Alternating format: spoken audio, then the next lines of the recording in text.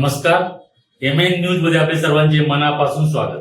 लोणावळ्यात सतत मुसळधार पाऊस सुरू असल्याने आज दिनांक 8 जुलै रोजी होणारी जनरल बोर्ड मीटिंग स्थगित करण्यात आली असून सर्व नगरसेवक नगरसेविका यांची नगराध्यक्ष राजेंद्र सोनवणे आणि मुख्याधिकारी यांच्या प्रमुख उपस्थितीत संततधार सुरू असणाऱ्या पाऊस आणि नागरिकांना उद्भवणाऱ्या समस्या यावर तातडीची बैठक लोणावळा नगर परिषद येथे संपन्न झाली।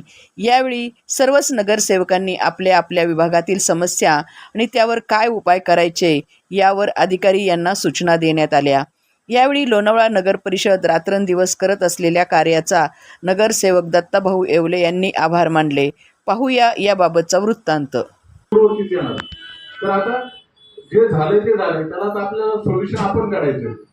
तर याच्यामध्ये असं काय, आता थोडंसं जसं असेल तिथं रोड वरती करून घ्यायचा, कारण तो असा बशी सारखा झालेला काही ठिकाणी, तर तो एक उंच करून घ्यायचा आणि तिथं बॉक्स कन्वर्ट म्हणजे सुमित्रा हॉल्स पासून तो रेल्वेच्या जे वायडक्ट आहे त्याच्यापर्यंत तिथं आपल्याला बॉक्स कन्वर्ट करायला लागतील आणि ते पण त्यांची हो हो हो हो बरोबर। ते आता रेल्वे त्यांचं काम करेल, ते ऑक्टोबरमध्ये करतील, ते हायड्रॉलिक पुश करणार, ते 2 आहेत पण त्या आहेत त्या 2.5 मीटर बाय 4च्या 2.5 मीटर 4च्या 5 जरी केले ना, जर असं परिस्थिती असेल तर पाणी पूर येणार असेल तर आपल्याला फक्त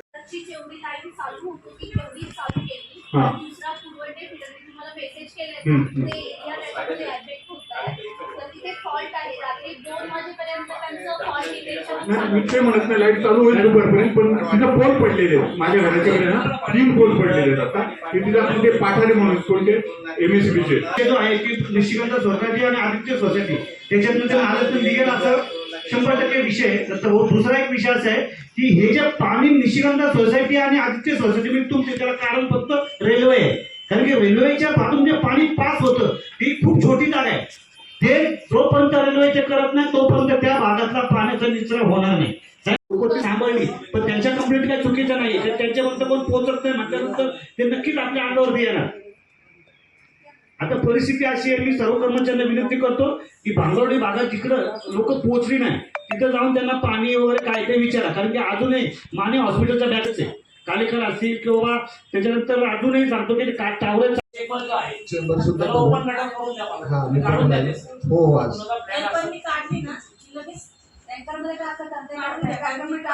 ट्रॅक्टर बोलवलंय, तिथे बोलवलंय, गाद्या वगैरे वाहून आलेल्या बरेचशा आहेत। नाही नाही चेंबर बघून आलोय, कोणाचं आहे मीटिंग झाली की जाणार आहे, काम सुरू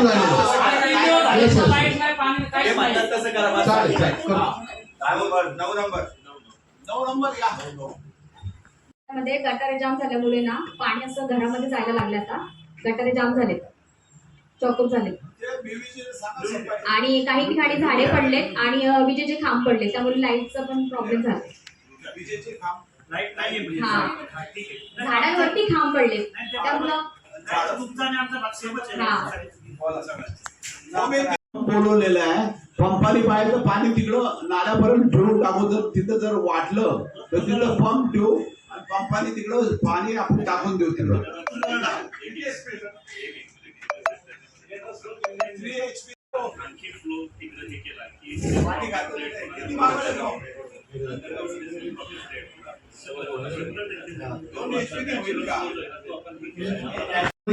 पण गेले होते, साहेबांची पण महिला ते निखिल भाऊ तिथं होते, बाकी सगळेच होते, पण बीयूजीच्या कामगारांची खूप हे त्याच्यावरती फास्ट ऍक्शन घ्यायचं, एकदा त्याला काढायचं एकदाच काढून टाकायचं, ते काम करायला तयार नाही येत ना।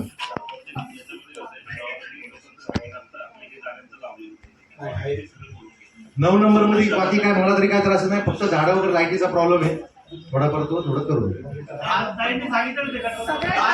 सगळं कॉन्सन्ट्रेशन तिकडे द्या, कारण आम्हाला लय शिव्या ऐकू येत आहे, फुलपू असू दे, टेबल लँड असू दे, इंद्राचाल असू दे, माडा असू दे, तुमचं लक्ष नाही अध्यक्ष, लक्ष नाही। मी सकाळी 6 वाजता उठून इथं आलेलो आहे, कामगारांनी बघायला पाहिजे। आपण तुम्ही बघताय काही बघताय सगळे बघतोय आपण. 4 वर्षाचा माझा नवरा बाहेर गेलेला आहे. एक 10 नंबर घ्या बरं, 10 नंबर. चला पुढचा विषय घ्या. घ्यायला पाहिजे, बाकीची पण कधी पण पडली. हा, खूप पाणी जमतंय तर गटर वगैरे थोडस स्वच्छ. कसं आहे की आता माझं रूट आहे, मी वॉकिंग करून जातो बस स्टँडच्या तिथून. पाऊस थांबल्यानंतर एक तासाभरामध्ये पूर्ण करतो ना आपण. हा, होतं. बस स्टँडचा परिसर हा, मध्ये जो गवळीवाड्यातून रस्ता आहे तो खूप आहे. आणि रोहिदास वाड्याचं काय केलंय सर? 2 महिन्यापासून मी पाठीमागे लागलेले का रोडचं करून घ्या आणि ते काम करून घ्या. ते अजिबात साठे साहेब तर काय करत नाही. आता त्यांनाच विचारा ते काय करतायत, कारण सगळ्यांच्या घरात पाणी गेलेलं आहे. नाही बरोबर आहे, कारण की त्यांनी मागच्या सभागृहात उभं राहून त्यांनी सूचना केलं होतं की रोहिदासवाड्यामध्ये स्वतःचा आपला JCB नेऊन ते नाला साफ करा, पाणी द्यायला जागा करा. तिथे प्रायव्हेट लोक द्यायला पण नाला तयार साफ आहेत. केलेलं आहे, पण ते काहीतरी पर्याय काढला पाहिजे ना. लोकांच्या घरात पाणी गेलंय. जी मागचं जे गटर आहे त्या 2.5 मीटरची ते आता तिथं इतकं अतिक्रमण झालं की केवळ पेट्रोल पंपापासून जे पाणी वाहतं हायवेनी ते गटरात न जाता ते हायवेला पळतंय. त्याच्यामुळं सगळा लोड आहे ना त्या शाळेपाशी येतो आमच्या. तर तो नाला जर रिपेअर करा, नाला मोठा करा, तो एवढी विनंती. आणि पेट्रोल पंपाच्या माग म्हणजे LIC बिल्डिंगच्या मागची बाजू तिथं 2.5 मीटरचा नाला होता आपला. आणि एव्हियन हॉटेल पासून तर या आपल्या गवळीवाडीच्या नाल्याला तो एक नाला जेणेकरून ते पाणी आमच्या रोडवर येणार नाही, नाळे नुकसान नाही. तर त्याच्यावरती त्याला सूचनाही दिली की बाबा तुझी भिंत नीट करून घे. त्याला फुटिंग नाही, वरची भिंत फक्त म्हणजे खाली फुटिंगच नाही, त्याला नुसतं याचं बांधकाम केलेलं विटाचं बांधकाम ते आज पडलं शेवटी. आता तिथं त्या ग्राउंडवर येतात लहान पोरं खेळायला वेळायला, ती जर तिथं धोका झाला असता तर तो कितीच पडला असता. आणि त्याला आपण पत्र दिलेले आहेत पाहिजे. त्याच्यानंतर दुसरा मुद्दा असा त्यांचं मेन ड्रेनेज म्हणजे आदर्श पुरोहित चंद्रलोक पासूनचं जे मेन ड्रेनेज होतं त्याच्या आजूबाजूला तिथं अतिक्रमण करून बांधकाम केलं. त्यामुळे तो नाला झाला चोकअप.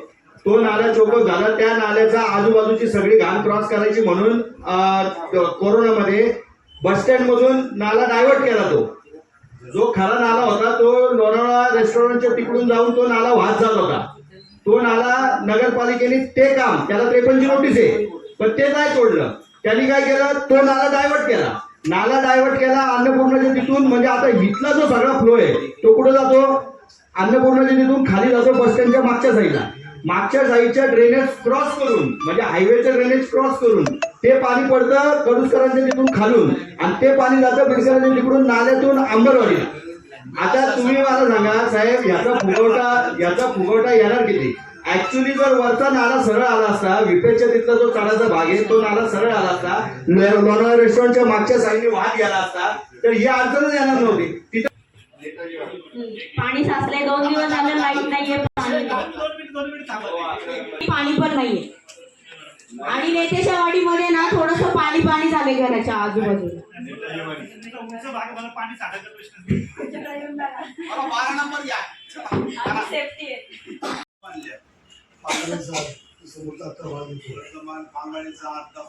डीसी डॉक्टरची आणि आपलं दुसरं एक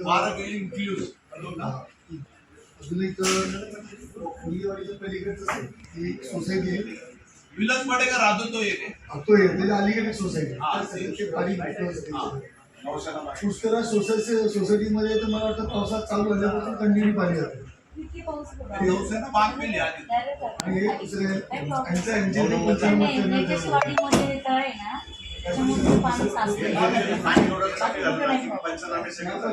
पूर्ण घरामध्ये पाणी जातं. झाड पडलेलं 2 काम पूर्ण वाकले. काल दुपारी झालं तिथं काही कारवाई झाली